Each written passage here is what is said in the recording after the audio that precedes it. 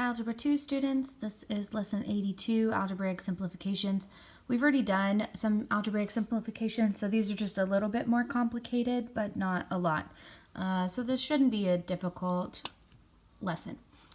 So first the lesson talks about the rules for algebra, and there's two rules that are specifically for equations and one that we're using today for expressions, because these are just expressions. They have no equal sign, just an expression. Okay, so for equations, you can add a quantity to both sides of the equation and it doesn't change the answer to the equation. And similarly, you can multiply something to a number to each term on both sides of the equation and the answer doesn't change with that either. For expressions or for individual terms in an equation, the denominator and the numerator can be multiplied by the same quantity except 0 without changing the value of the expression. And this is called your denominator numerator rule. Like I said, we've already talked about these, so you should have this in your notes somewhere from when we talked about it. But let's just do these two examples and then we'll be finished. All right, so on this first one, we're just going to start with the lowest part, and we want these to have the same denominator. So the common denominator here would be x, in which case we're changing it so that we have 1 plus a over x plus 1 over x. Okay, so then I'm going to think of this more like, if I'm just looking at this section here, this is like a over 1 divided by x plus 1 over x. So when we divide by the fraction, we multiply by the reciprocal. And so I'm multiplying a by x over x plus 1.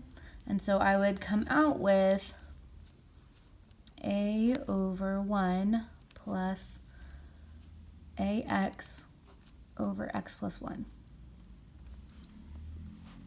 Okay, at this point, we want to find a common denominator again here. In this case, it's x plus 1. So I'm going to multiply this by x plus 1. I get a over x plus 1 plus ax over x plus 1.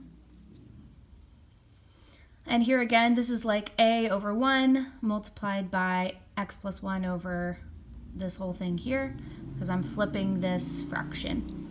So I've got a over, a over 1 times x plus 1 over x plus 1 plus ax. Okay, and then when I multiply this all out, I've got ax plus a over x plus 1 plus ax. And I can leave it like this, or I can factor out an a on the numerator and get ax plus 1. Just leave it simplified out like this, plus ax. It doesn't matter to me which way you do it. Both of these are correct.